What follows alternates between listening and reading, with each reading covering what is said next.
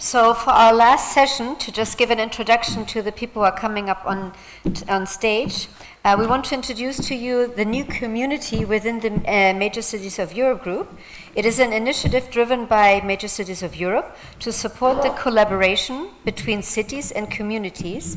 And Matteo Satta is not only leading this session, he is also the leading man in the initiative. It is a community of cities, public authorities, and their stakeholders to share around their innovation and EU projects, particularly around their EU structures, strategies, good practices, and their innovation projects funded by the EU programs and the funding opportunities. And I said to Matteo, why don't we start and do a little interview just to give you an idea what, sort of this particular initiative is all about. Matteo himself, if you haven't met him over the last 2 days, because I think he has been talking to a lot of cities, but Matteo is an expert in specializing in smart cities and in EU affairs, and since 2005 he has contributed to the management and the development of various ICT international projects and IPR licensing projects. And in 2014 he also joined Issy-les-Moulineaux in France, a smart city, to manage and develop the city's participation at EU and international level with a particular interest on digital innovation in smart cities. So you are an expert, we know this now for all the projects. Tell us a little bit about the community. How came you up with this idea for starting a group within the Major Cities of Europe? Yes, do you hear me? Yes. Yes. Yes, this is an idea that we had a couple of years ago. A lot of you know I started collaborating with major cities.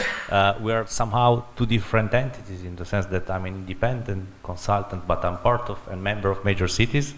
And we started working around the need that cities have more and more, that is support on European projects, because that's something somehow that is for some of them new, for some others it's not, but they need to develop.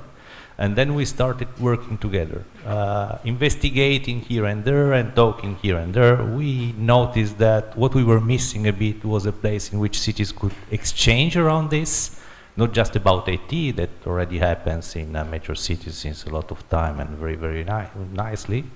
And then to exchange around mostly how they can structure their teams around EU projects if they didn't do it, and then helping the good ones. We have really good ones here doing so to help the other ones, and then or how they can exchange around the projects that are running. They have a problem in the project, or they have a good project to share with the others. Why not?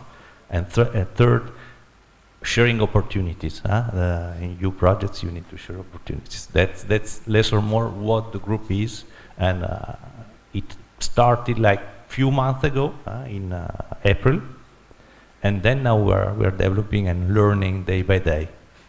How often do you meet, or how does this group come together to really share experiences and opportunities? For now, once a month. That's an online meeting of about 90 minutes. We are refining time by time the structure, but mostly that's you have like opportunities coming in, but then you have one presentation per session and then some discussion around it. The idea is really to have people discussing, not just one talking and everyone else saying how good you are. That we need discussion, we need to, and sharing opportunities and whatever else. If somebody is interested, how can they join? Do they have to be already members, or can they also just say, can I have a look if it's really working out for me? How does it work? It's a closed group. We are today 25 to 30. I say 25 to 30 because there are 25, but there are a few that are getting in. And you don't have many opportunities to get in. You have just two different options. One, you are a member of major cities, then you get right away just sending an email saying, hey, I want to join, and these people will represent me. And the second one is in one of the projects that I personally run or I'm going to run, and then people that are involved in my network that is somehow also the one that I share with major cities with pleasure, hoping that they will be almost the same one or the same one in the future. You have invited two speakers to tell us also a little bit about their impressions of the group, and I would like to briefly introduce them. We have Grazia Concilio. She is an engineer and associate professor in urban planning and design at the Politecnico di Milano. If you've been with us yesterday, you've seen her already up on stage. She is now responsible for the Politecnico di Milano unit for the Horizon 2020 projects, and we have also Eric Legal with us. Eric is the managing director of ICI Media, a public company of the city of Issy-les-Moulineaux in France, and prior to joining ICI Media in 1998, Eric Legal was also the director for the Issy-les-Moulineaux mayor's office, and he has been coordinating the ICT projects of Issy-les-Moulineaux since 1995 and represents the city also in different international works involved in ICT topics. So, Matteo, you have prepared some questions for the group, so go ahead. Yes. Okay, first of all, okay, thank you to Grazia and Eric. Then, if anyone wants to jump in at some moment, you can, because that's also the nature of this group, is discussing. And first of all, then here we do something without slides. We thought that at 6 or even later it was better not to have slides. And I'd like to ask, first of all, that how now we've heard these days a lot talking about digital transformation, climate change, missions, EU. There was EU a bit wherever in these presentations. And I'd like to ask, today we see in these processes, in whatever happens, behavioral change and climate change are something that is always mentioned. It's always, or somehow it's part of it. And we have, in this, we see lately, also thanks to the crisis that we had or we have, that there are some changes in behaviors of people that are, I guess, key, at least from my point of view. But how permanent they are, or what should we do to make them so permanent, because this is, I guess, the goal. You have two, they have two different, very different points of view, I guess, and that's what is nice. Yes, thank you. First, thank you to invite me to share with you some ideas.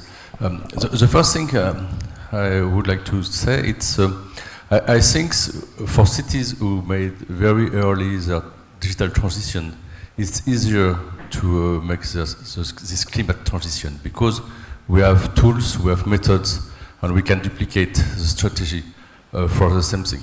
I just take an example. In my city, we adopted last year a climate budget. A climate budget, that means we forced the city council to vote 2 times by year about target on reduction of CO2 emission. For us, it's a very pragmatic field, because, as you know, as human, we will find each time, every year, a good reason to explain why we were not able to have the good direction way we decide during the Paris Agreement.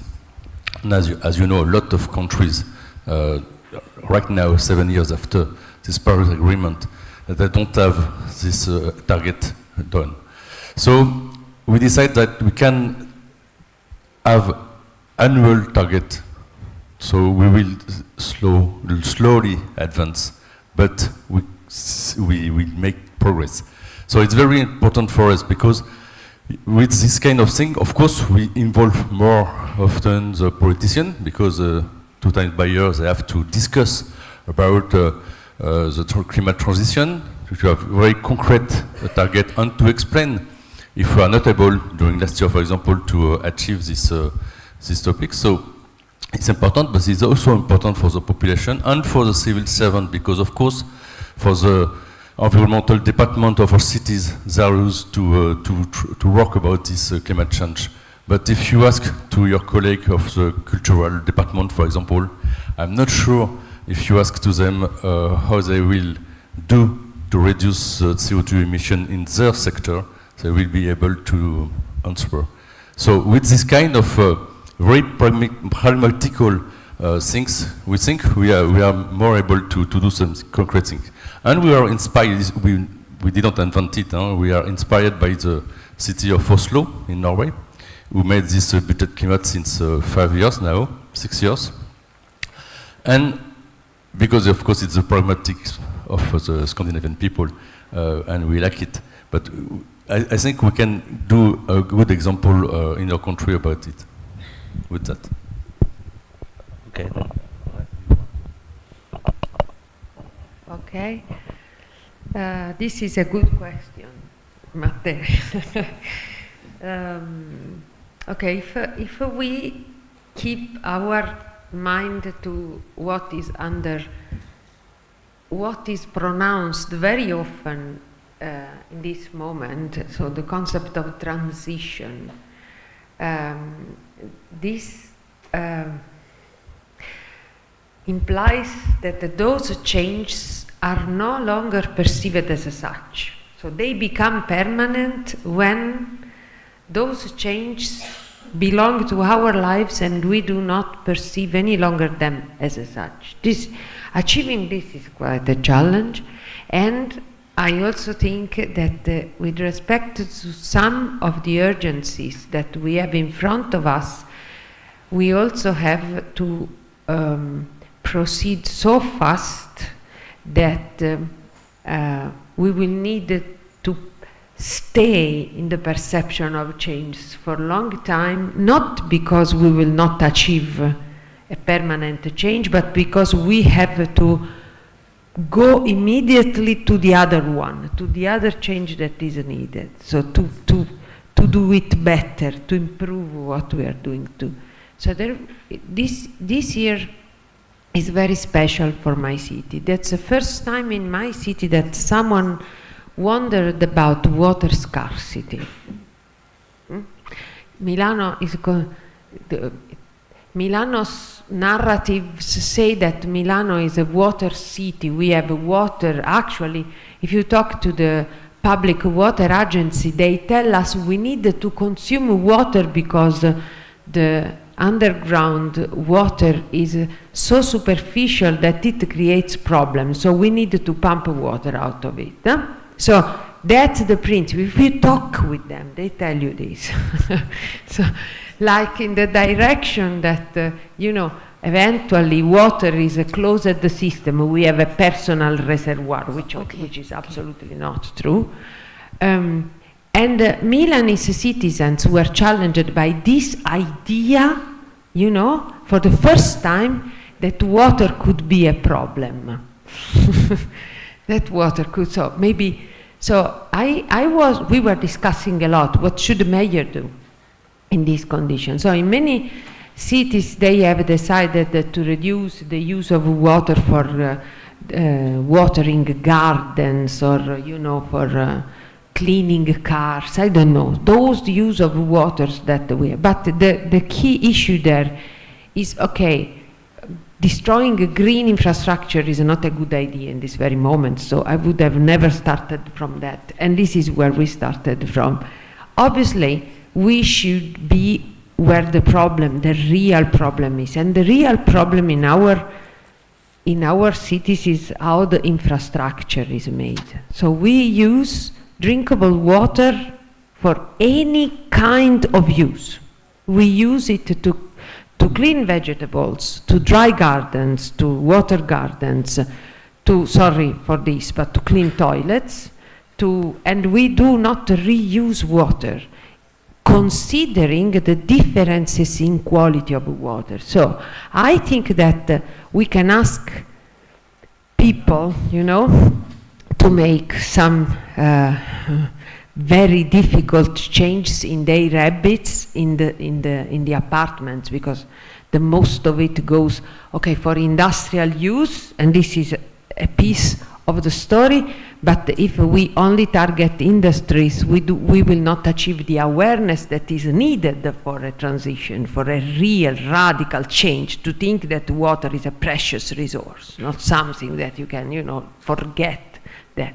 So, but we need to accompany this effort that we can ask citizens, because citizens are there, aware and also available to make difficult things, with the rules which should be there to improve structurally the situation. So if we were discussing yesterday about the fact that if you go to Japan, in some toilets you have the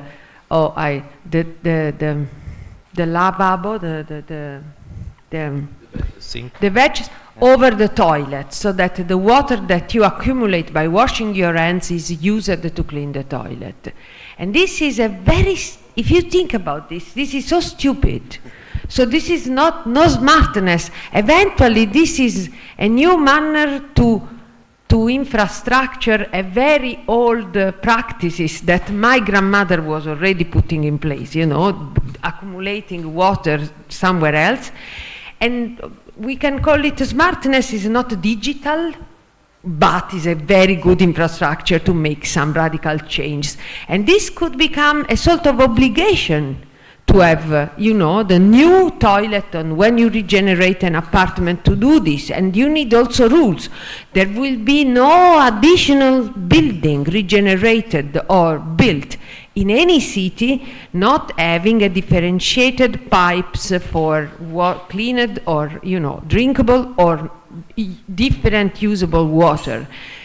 Things should be there altogether. We cannot think that we just should, you know, target one scale of the problem. We should think that we need to face the problems at a different level and try to make change at all those levels.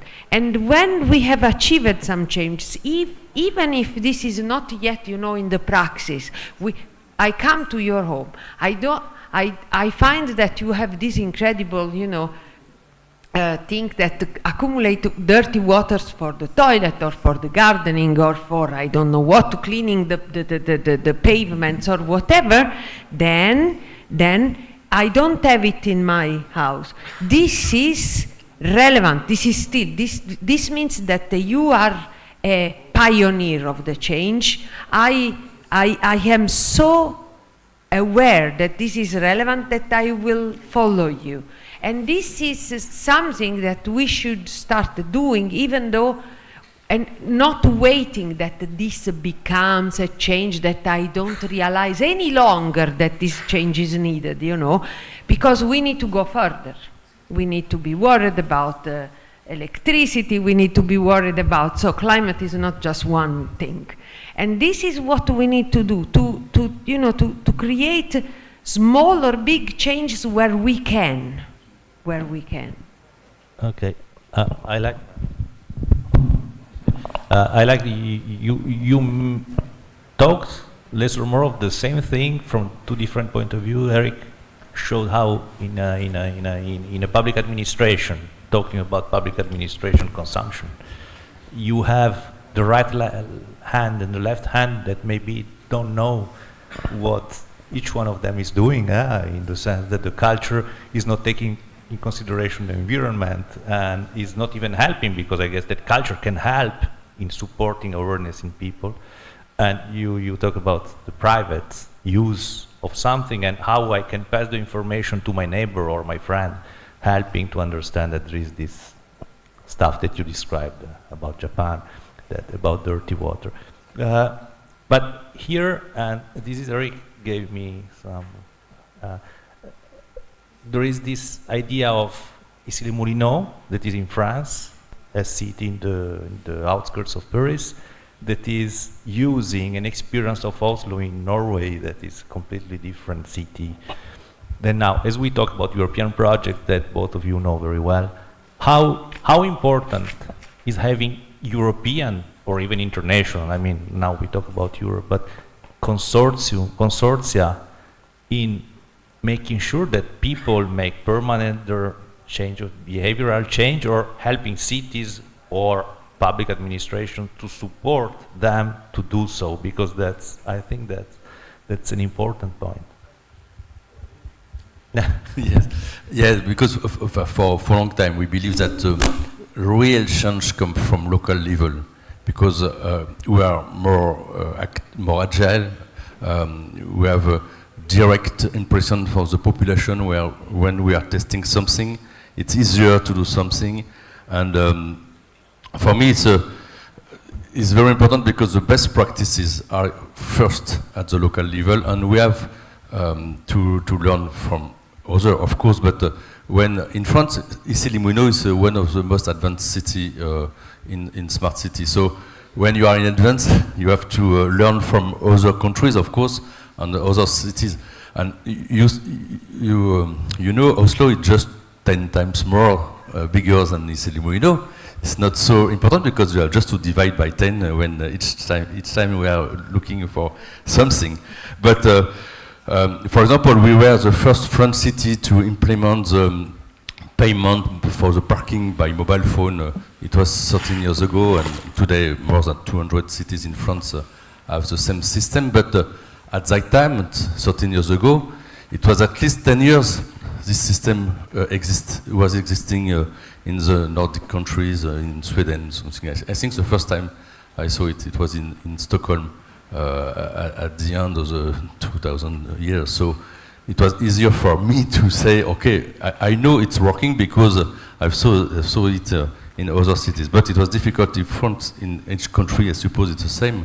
It's always difficult to explain to others than something new can work. So, of course, for the climate change, it's different because we can imagine to really fight the climate change at the local level. But at least we can adapt our cities to this climate change. And more faster we can adapt our cities, more easier it will be to, of course, for the city outside, but also to sensibilize the population of the importance of do something concretely. Because we have a lot of things to do, and we don't have time. And so we have to expect to share the most faster than possible the best practice of the different cities at least in Europe.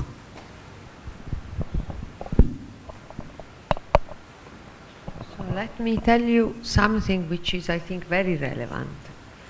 We just closed a project, an ESPON project, monitoring the digital maturity of public services in European cities. And we have observed more than 250 European cities throughout this project. Through a very complex survey, we have actually tortured the cities.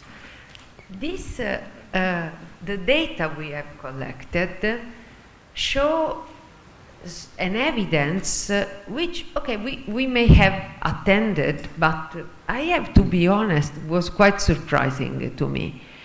Cities belonging to networks, to international networks, to sharing knowledge network, to networks, they perform better. This is an incredible evidence in what we have observed. So now it's obvious that it's very difficult to share knowledge, to share experience. So you need the time, you need the capacity to do this. You have to develop sort of ad hoc narratives for your knowledge to be shareable, to be usable by others. So it's not very easy, but this is quite a relevant result, evidence, really evidence, that this, the collaboration, the knowledge sharing among cities is a crucial to make cities work better. Now, I think we need to look at the two different levels, how cities can cooperate. Because I think that knowledge transfer, knowledge sharing, experience sharing is so if we need to organize a moment to make this, as you are doing with a new group in major cities of Europe, and we need to prepare this knowledge to be shared. We need to be prone to learn, which is not always there. We need to, you know, as he's saying, we are learning from Oslo. Not many cities knows that Oslo works much better than that no? But nobody goes to look there, you know, Oslo, teach me. This is not easy. What is true for European projects, so for those obviously smaller network of cities, is that they create experiments, or they create, you know, they share learning experience. So your experiment in Issy Molino becomes, we were in a project together, no? Issy Molino was learning from Pilsen, and Pilsen was learning from, I don't remember the other, from Issy Molino and vice versa. So when cities are involved in collaborative development of solutions, in projects, which is not just knowledge sharing, is doing things together, the transformation of this knowledge, experience knowledge, into a common good is faster, is easier, is real, already there, is already a common good. We create this experiment together. We do develop the questions, the need for responses that we put in the experiment together. So if you do your experiment in Thessaloniki and I do my experiment in Milano, your experiment is also mine. This makes knowledge be shared faster because I learn from you in the making of the thing. So I really think that European projects involving relevant numbers of cities who do share this chance to experiment together, because one thing is sure, we do not have time that each city does the job alone. They experiment one by one, you know, all the things that they can experiment. We need to learn one from each other. So I really think it's precious what we do in European project. Okay, perfect. This one is working perfectly Yeah? fine, yeah? Ah, okay. Take this one. Okay. Do you hear me? No. No, Yeah, that's fine. it should be on, no? Okay. I don't know. It doesn't like my voice.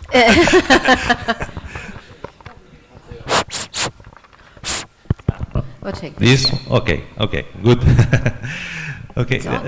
okay. You underline an important point that is about this anxiety that can come out, because you say, I don't have time, and this anxiety can work on both sides. It can become also negative in the sense that, okay, it's too difficult, I don't do it.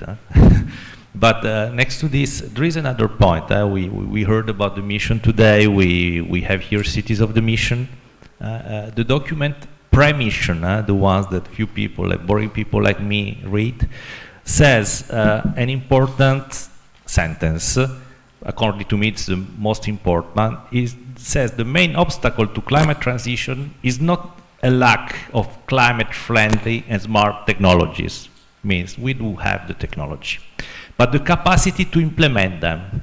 I mean, we do have the technology, we cannot mix it and we cannot use it, or use it in a correct way. I mean, how important technology are, and how can we implement them in a way that will support climate transition and obviously our development, because the sustainable development. First, I would like to say that we have a lot of experiences in different cities in Europe, and a lot of experiences without taking into account the results from other experiences in the, other cities or other countries. And I think what is missing, it's a real follow-up of innovation project. This morning when I was in the workshop on Duet project, I was listening the city of Athens explaining what she's doing, on what they're working. And I was thinking, it's exactly the job I have to do in my city in a French research project. It's exactly the same thing you have to find, the same solution.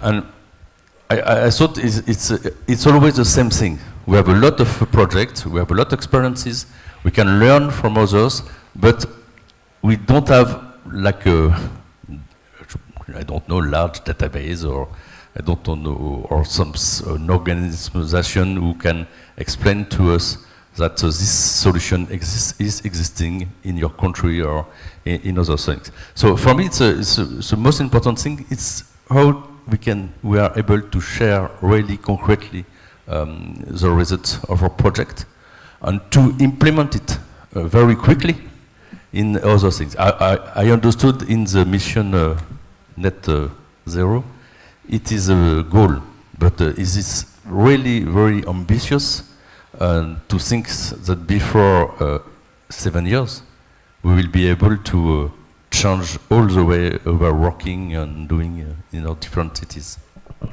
Yeah, okay. About that, I can tell you what at the time told me the guy that was representing the mission at the time. That was there was just a call for proposal or the call for applications. Said, now we need the political will. It will be hard, but now we need the political will. Then we will think about what it takes to get there. I think it's important, the political will, because it will drive people first. But I think we have this political will. We have at the Green Deal in European level. In the different countries, we have a national plan to do something, but concretely in your cities, in your building, nothing happened. I agree. That's what they mean. They mean let's start being a group, and then when we're a group, we will work together. I think that was the message, and I'm just translating what I heard. That. Yeah. So I Matteo. So I think we need coherence. I think this is the basic need we have. And I say this because I think that a few years ago, during Forum PA in Rome, which is a forum for public authorities, and there is quite a big event on smart cities there, there was one speech given by an expert who said, more of the same is not enough. So we cannot imagine that one solution is the way we will get saved. And I think now we have digested this message. What makes me crazy in this direction is that also any salad of solutions will not be enough. So I have the impression that we need a coherence in the direction we choose for the mission. I have the impression that the cities are sort of, getting drunk of the incredible amount of solutions that are offered to them. So, sorry, I am a bit, but I really see this picture in front of me. I see them laughing. And anything is good, anything. And this is very stupid. If you think that, I guess that everybody in this room knows what's the concept of mission-oriented policy that Marianna Mazzucato, and that actually was inspiring the concept of a mission for this Horizon Europe program and the new program of European Committee. So this is exactly what was written there. So not any salad is okay. You need to choose what salad is good for you or you want to create. Because if you mix everything together, there could be relevant, chemical reactions in the cup. Because you cannot imagine that. See, if you go with a single solution, its target to the scope may be very clear and eventually effective, but we cannot forget that there are synergic effects there, positive or negative. And we cannot mix things just because each of them has the right target. And this is what I have the impression many cities. The big picture I have in mind is Italy, and I am very critical on this, but we cannot imagine that we achieve this by, targeting solar energy, wind energy, nuclear energy, because this is the new trend. This is considered, renewable, with the waste eventually disposed, I don't know, on the moon. And this we have learned, knowledge. We have learned that we have problems with waste disposal out of nuclear power plants. So maybe we should worry about it in Italy. In Italy, where do we think that we can waste nuclear disposal? Okay, I don't want. Okay, so Okay, it's a bit late, and it's in that class. Anyway, that's the kind of discussion that you can find in our community. It's interesting. We have no solutions. Whoever explains you that he has a solution on what we are discussing, I think that is a bit not totally sincere. But anyway, that's the importance of doing this kind of exchange of ideas, good practices. That's what, by the way, major cities is, because I would say that the whole conference. By the way, it's not by the way, it It is. is. No, but it means it's obviously this. And then the ones that want to join us, I mean, I think it's interesting. You will meet Eric. Grazia doesn't know, but you will meet Grazia too. And I don't know if anyone has questions or wants to raise. Otherwise, we have a gala dinner. I see that. Yeah, and I think the bus is coming. I don't want to really stop this because I think it's going to be really interesting, and Grazia just started. But maybe we can have also these lively discussions at the gala dinner. And of course, if you have any questions for Matteo tomorrow regarding this particular group, I think it would be worthwhile having a talk with him. Thank you so much for sharing your experiences, and I'm glad that we had just this passionate talk at the very end. Thank you very much, Eric and Grazia, and of course, Matteo. And before we leave also with the bus, let me just tell you really quick, because we had some questions, where the gala dinner is tonight.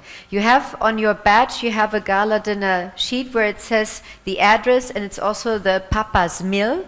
So if you're at one of the hotels in the city center, it's in walking distance. You can put it also in your Google Maps or Apple Maps, whatever you're using as a navigation device, and you will find it, or ask your hotel concierge. Papa's Mill is very famously known here, so I think he will direct you in the right direction, and we meet at 9:30. And come and bring your dancing shoes, I heard, because it's a Greek party. And I know that Tassos has also a surprise for us in store. So please, come, because I think it will be really interesting. We get a lot of Greek folklore to experience tonight. They really gone all out to make us feel welcome. I want to say just a short thank you to all the speakers who were here today to share with us their insights. A big thank you to Poppy, who is still here, and of course also to Michaela, who did a fantastic job with translating today. Also a big thank you to the whole crew from the technical department that made it possible that we are here, that we have a voice. If you have any other questions, you will feel the information on the microsite. And yeah, so I think tomorrow will be very interesting. Please come back, because cybersecurity is a huge issue right now for every city, especially because the whiteheads have always to tackle the blackheads, and they're always 2 steps ahead. And I know that Oliver always says the Davids against the Goliath. So let's bring out all the Davids tomorrow to tackle the Goliath and get cybersecurity on top of the agenda. So please come tomorrow. They have prepared a really, really interesting workshop for us with tabletop exercise and everything. Thank you very much for sticking with us. Have a great evening. And of course, last... Just tell that there is an email for each of us about the Meadows of Papas. Exactly, yeah. You also have an email, the announcement for tonight, so you will find everything. Thank you so much. Thank you. Grazie. Can you stay with us just for a second? We want to have a short interview as well. Yeah, no, just two questions for the conference. Nothing. You see, she doesn't talk much. Yeah. One picture.